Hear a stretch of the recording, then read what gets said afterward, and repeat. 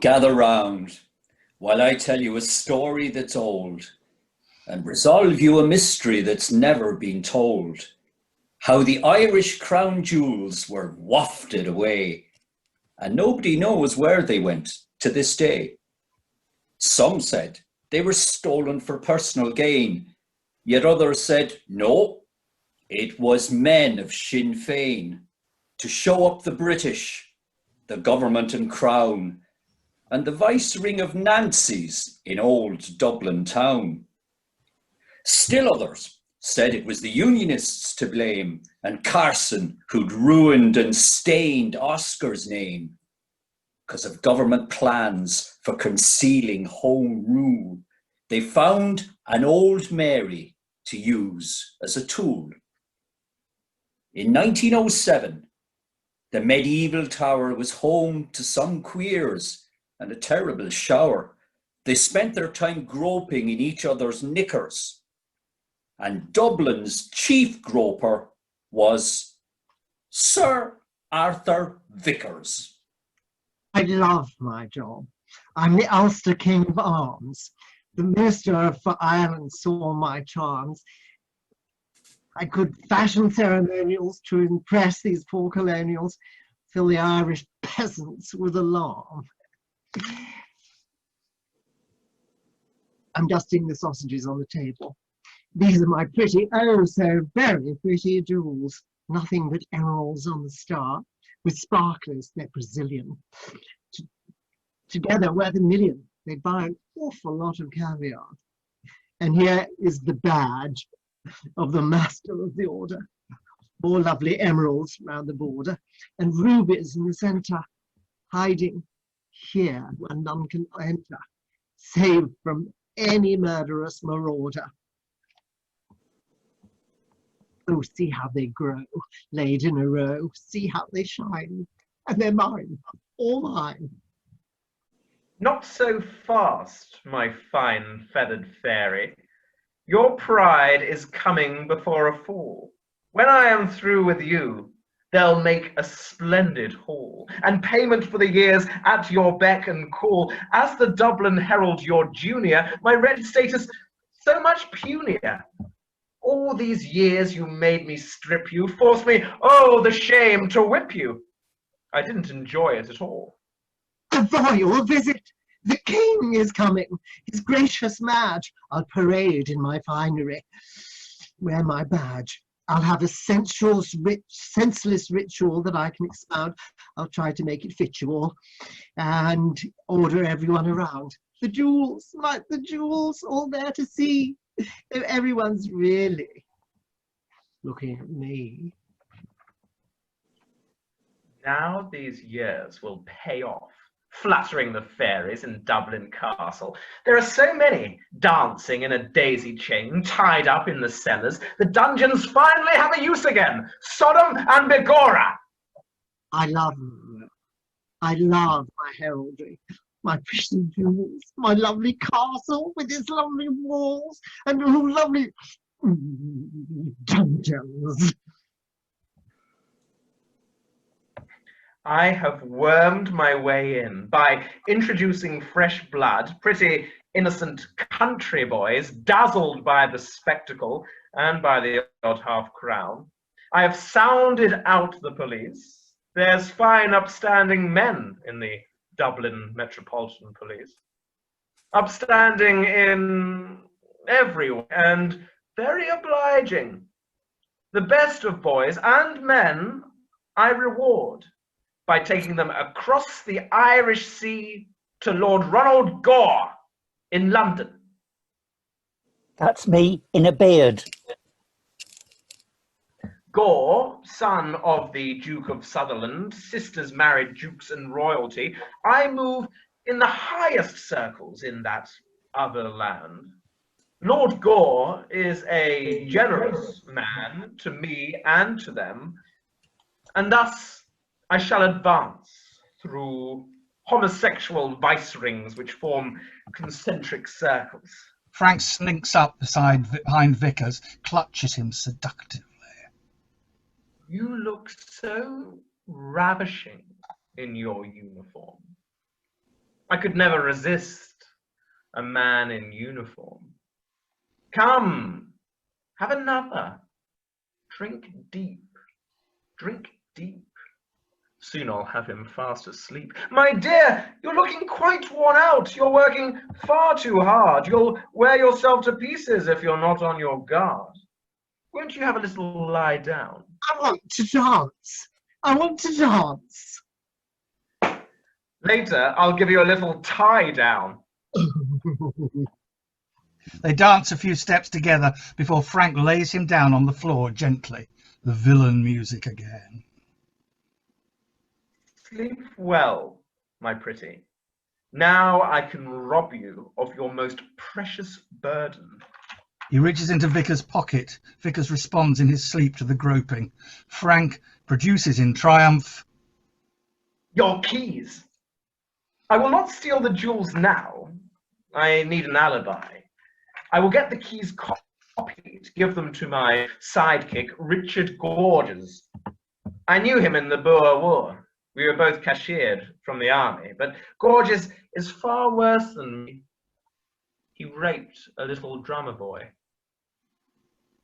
where I only seduced one. And when I have the jewels, I will pawn them, pay off all my debts, and give my brother, Ernest Shackleton, enough to fund his dreams, his latest expedition to the far Antarctic. exit. A brief blackout in which Vickers gets up, places the sausages on a table and lies down again. Several weeks have passed. So, Shackleton fled back to old London town and left Richard Gorges to shake Vickers down. He crept to the tower under cover of night, while the police who guard it kept well out of sight. We go into a silent film, a flickering projector. Gorges comes in with the keys. He turns one elaborately in mime in the strong room door. Encourages boos from the audience. Indicates sleeping Vickers and puts fingers to lips. Exaggerated caution. He steps over Vickers, elaborately looks left and right. Another key to open the safe. Gingerly reaches onto the table to take the sausages. Snatches them. Steps back over Vickers. As he exits, a Dublin policeman pokes his head around the corner. Gorges kisses him passionately, drops him and exits. The policeman disappears. Vickers awakes. Oh, my head. I wish I was dead. So low have I sunk. I must stop getting drunk. The king arrives today on his royal visit. I must rehearse the Irish peers to greet him properly. A comedy servant comes in and notices the bare table. Shock, total shock. Mimes to Vickers that the jewels are missing. Vickers ignores him. All their robes and finery must be totally correct. His Majesty, King Edward, is a stickler for the protocol, worse even than his mother. He comes from living in her shadow. The servant's mime gets more desperate and hysterical. What is it? Not now. I have affairs of state to think of. I trust Lord Aberdeen has learned his lines. Tradition is so important. And that's why I invented this one. The servant is tugging at his sleeve. No, I said not now. I have a stomach coming on. This worry feeds my ulcer. Servant tugs again. What? The servant points at the empty table. Vickers does a double take. Jewels! My jewels! He faints. Blackout. Scene 2. The actions in the ballad are mimed to more silent film music. Edward VII is a cartoon figure, a pillow under a shirt for stomach, obvious false beard, cardboard crown. So, Edward arrived, and he raged and he roared when he found that a burglar had lifted his hoard. He said that the jewels must be found come what may, and returned to him quickly. He'd brook no delay. Silent film again. Edward mimes instructions to John Kane of Scotland Yard, Keystone Cop. Kane looks everywhere in speeded up motion, searches the audience, stops someone crossing the stage, makes him turn out his pockets, drop his trousers, cavity shirt, etc., but comic. Enter Frank and Lord Gore. Some nice crown jewels. What would I do with crown jewels? They're going cheap. Worth 80 grand, but to you, 40. You've got the money. You know you have. Look at that. Look at them shine, gleam and glitter. They could be mine. Think of the revenge. All your life, how has Edward treated you? Bertie, that pot-bellied profligate pig, despised you, accused you when he was Prince of Wales, says you misused and perverted his son. He did. He was very rude. I had to slap his wrist. He expelled you from the court. His mama would not have done that. She called me her dear Ronald. So get your own back. Have the Irish jewels. He dangles them before Gower, who, mesmerised, reaches out his hand toward them. A whistle off stage makes them freeze. More silent film. Enter Kane, who initiates a comic chase in circles around the bemused Gore. Eventually, Kane turns on Gore, who puts his hands in horror, and flees off too. Kane pursues him. Re-enter Frank. Gore will not have the jewels. He says they are too hot. I must have cash by hook or crook. What choices have I got? The pawnbroker ends with a pawnbroker's sign of 3 balls. Ah, a pawnbroker by his balls. Tell me, good man, what will you give for these highly desirable, highly collectible, totally legal, quite undetectable, for any collector, wholly delectable? The pawnbroker starts to examine them with his eyeglass. The whistle goes off again. Another silent film. Enter Kane as before. The pawnbroker flees. Same chase as before. Lights fade, then up on the balladeer. Wherever he goes, Frank is feeling the squeeze. With Kane at his heels, every pawnbroker flees. With each passing moment, his deficits mounting, despite all his twisting and shady accounting. His numerous lovers conspiring to shun him, his numerous creditors eager to dun him. The trap now is closing. Frank hasn't a chance, unless he can offload the jewels in France. Dramatic change of music to French accordion-style waltz. Pawnbroker enters as before with 3 balls sign, and this time with a baguette. He hangs up the sign on a hook. C'est moi, comme un interpréteur sagage. Je pose cette baguette pour signifier que je suis français. Compris? Bon. Zut alors, qu'est-ce que se passe? Ah, bonjour. J'ai ici donc mais actuellement le plus beau jour du monde. N'importe d'où ils sont arrivés, ils sont si jolis que vous ne pouvez pas le refuser, je suis sûr. Mais ceci sont les rares spécimens des émeraudes brésiliennes. Sauf si je trompe, ceci sont les zèbres, joyaux de la couronne irlandaise, qu'es-tu à voir du château de Dublin. Merde. Je vous donnerai pour ce joyau 1000 francs. 1000 francs. Je ne pourrais pas accater même un petit déjeuner avec ça. 5 000 francs. Et c'est mon offre finale.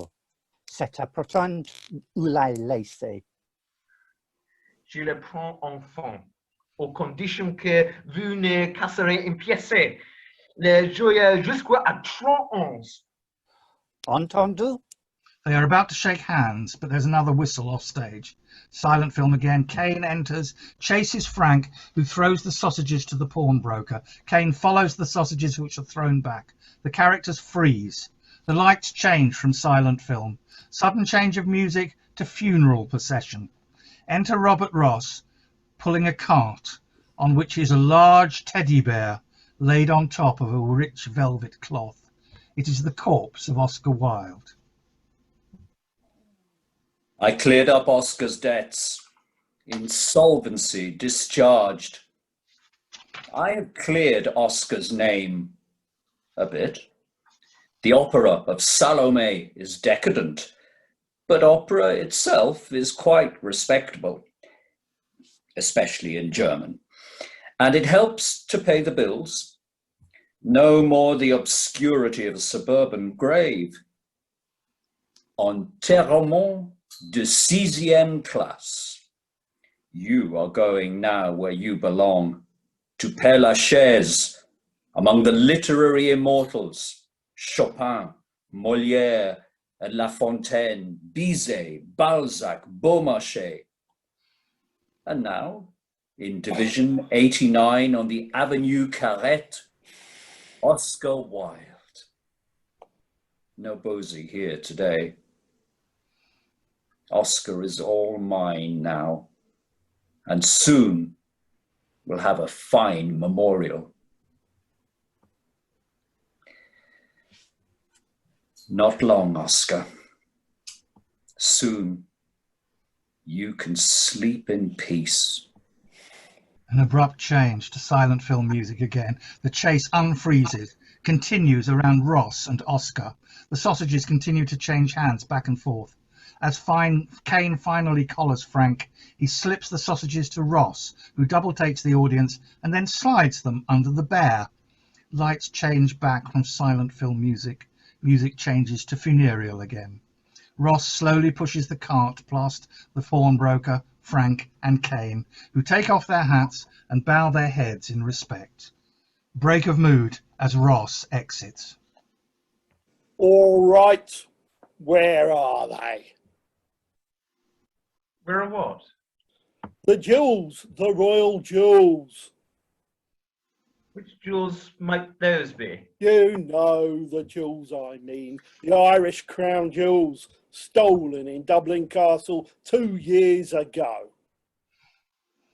Oh, yes. I faintly remember reading about it. I think I was in London at the time. I've tracked you half across Europe to every pawnbroker you visited. Where did you go? It was to pawn the jewels. But everyone refused you because they were too hot. If I have the jewels, where are they? You can search me. I intend to. Stretch your arms and spread. Frank does so. Kane pats him down thoroughly. Frank is ticklish. Comic business with searching of inside leg and crotch area. Kane is astonished at the size of Frank's member and conveys this to the audience. Satisfied? You must have them somewhere. You have hidden them. Not me. I have a perfect alibi.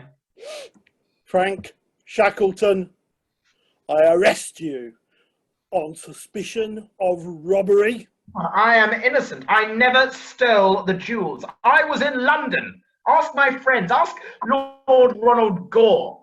This is an outrage. I demand to see a lawyer. Call my solicitor now. Call Lord Ronald Gore. In that you did take the star and the badge of the Grand Master of the Order of St. Patrick, known as the Irish Crown Jewels.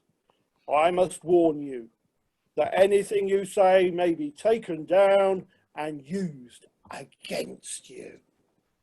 Kane puts Frank in handcuffs and takes him off. The singing continues off stage. You have no evidence. I'll get the evidence. No jewels, no proof, no charge. I'll break you. I'll break you yet, you swine. The lights change. Re-enter Ross with the teddy on the cart. He takes the sausages out from under the bear. Pretty baubles. Worth a great deal. Not that it matters a jot. If I report it, hand back the jewels, I'll be arrested likely as not. Notorious pederast, must be suspected, part of the vice ring, only expected. Gore and Wilde's friend, highly connected, See where it all leads? Quickly detected. No. They stay here. Here, where they belong. Oscar, they owe you. For the loathing they show you, despised and scorned, your life was in tatters, the future holding only the fame that matters. Why should you not have them? Some sort of recompense for all the discontents. You were royal in their presence, a prince among peasants. Here, let them lie and never be found, sleeping with Oscar, safe underground. Where else should the jewels have been, save by the side of a true Irish queen? He takes the teddy off the cart and lays it reverently on the floor. He places the sausages on its chest and covers the corpse with the velvet cloth. Kneels by its side, lost in thought or prayer. Slow fade to blackout. Scene 3. Edward VII again. He is in a terrible, petulant temper. 2 years and still no jewels. This is a disgrace. What do I have policemen for? And they are mine too. So His Majesty's Inspectorate of Constabulary. See, His Majesty. That's me. His Majesty's prisons too. Mine, all mine. And I want my police to find the thief of my jewels, be tried in my court, and go to prison. Where is that fool Kane? I put him on the job 2 years ago. I told him, leave no stone unturned. But I hear nothing. He just utters nothing. It isn't fair. I want my jewels. Your Majesty, Your Majesty. So you Appears, holding on Frank by the collar, drags him to Edward, bows deeply and leaves him. So you are the villain who stole my jewels. How could I, Your Majesty? I was far away across the Irish Sea, here in London, with my good friend, Lord Ronald Gore. That's me again.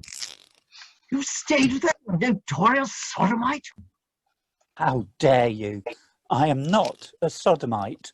Too. I've been now for 40 years. I am not. I'll sue the man who says so. As to me, I am the king. Gentlemen, gentlemen, truce, I say. If you say that I am the thief, sire, there'll be hell to pay. All of the scandals the castle has known splash in the press. There'll be mud on the throne. Your own appointee, Lord Aberdeen, Governor of Ireland, oft has been seen in the shady circles of Lord Ronald Gore, overripe and decadent in the perfumed halls of Gore. And Aberdeen's son, the sickly Lord Haddo, swamped by his mother, a bit of a saddo, all of them here, and all of the sort that belonged in the circle where Gore held court. Also, his close friend, the Marquis of Lorne, your brother-in-law, he lingered a while to be fingered a while. And now, in the court, he'll be fingered again with all the aristo lovers of men. Oh, stay, this cannot be. Scandal, always scandal, always and everywhere. Gore was caught by the press 30 years ago. He won his libel action, but his reputation after was much worse. The Cleveland Street scandal caught Albert, almost, my feckless, reckless son, and second in line to the throne. Gore was there as well, had to flee to France. Wilde was a chum of Gore, gave the speech when Gore's Shakespeare statue was unveiled in Stratford-upon-Avon. Wilde was a guest of Lorne in Canada, stayed at Government House. Then Wilde, in his disgrace, made Gore flee again, and wonder he's never been charged. Gore and his queer companions twined like Virginia creeper around the house of Saxe-Coburg-Gotha. They would choke us all to death. And serve you right as well. This cannot be. The monarchy is tottering. The Irish on the verge of insurrection. Fiends lurk in every corner. Last thing I need is sodomy in high places. Again. Then what of my nephew Wilhelm, deluded idiot cripple in Germany? Enter Wilhelm, spiked Russian helmet, Wilhelmine whiskers, comic German accent. Who do you call deluded, you uncle swine? It's me in another beard. My facial hair is so versatile. Von Moltke called you Liebman. The military commander of Berlin called you darling. In that. Colonel von Moltke is the flower of the army. Tough, ruthless, decisive. Colonel von Moltke is a man's man. Your best friend, Prince Eulenberg, as well. Silly and he's awaiting trial for perjury, denying he's an invert.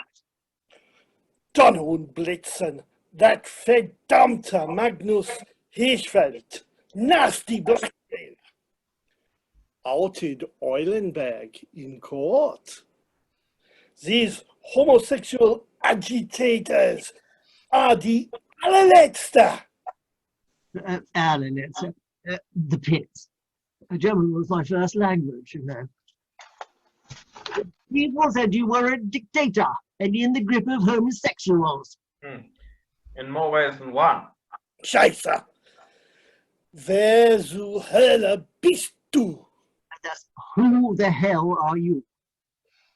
Someone who has talked to fishermen. Bitte? Bavarian fisherman, Jacob Ernst, who rowed you round the Starnberg See, often took you for a ride.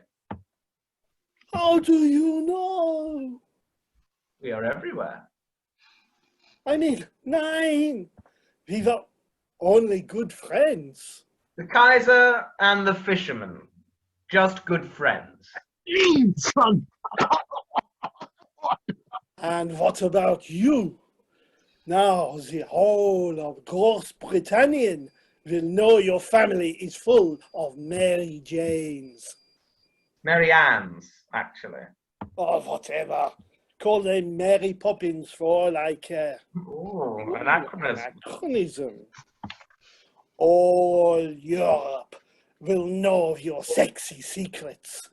I will read in the Berliner Zeitung and I will laugh like the drain. Betty und his Mary Ann's. Shackleton, I've changed my mind. You're free to go. I'll order Kane to drop all charges, investigate no more. If the jewels are lost, it's a small price to pay for the future of the monarchy and the British Empire.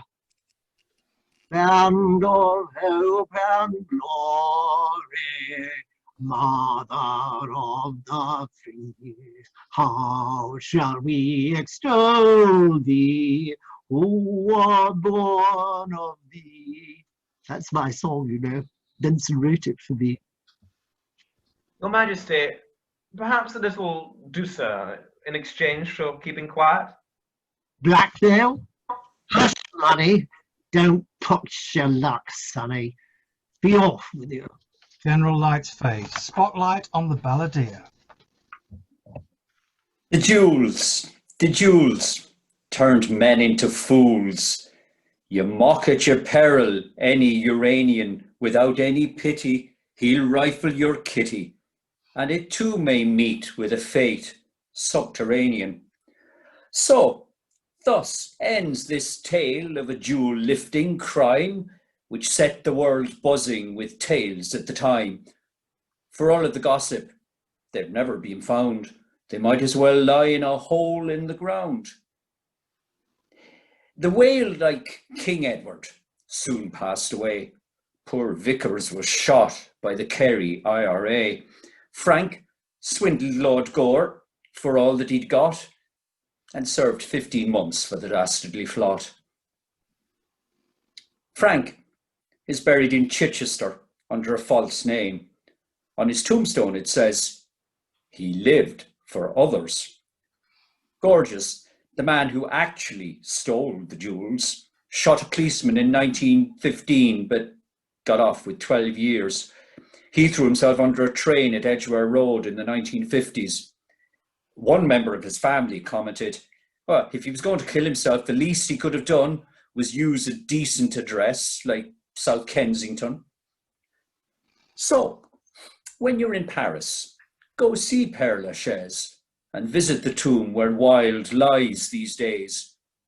Admire his memorial, perhaps lay a wreath, and think of poor Wilde with the jewels underneath. His Sphinx caused a scandal. Its balls caught the eye. So the prudish castrated the Sphinx by and by. And now they're replaced, this is really pathetic, with an anodyne, modest, and tasteful prosthetic. The jewels turn men into fools. The rare sort of treasure for which they fight duels. His fine genitalia, or royal regalia, either way, stand and admire Oscar's jewels. Blackout, the end.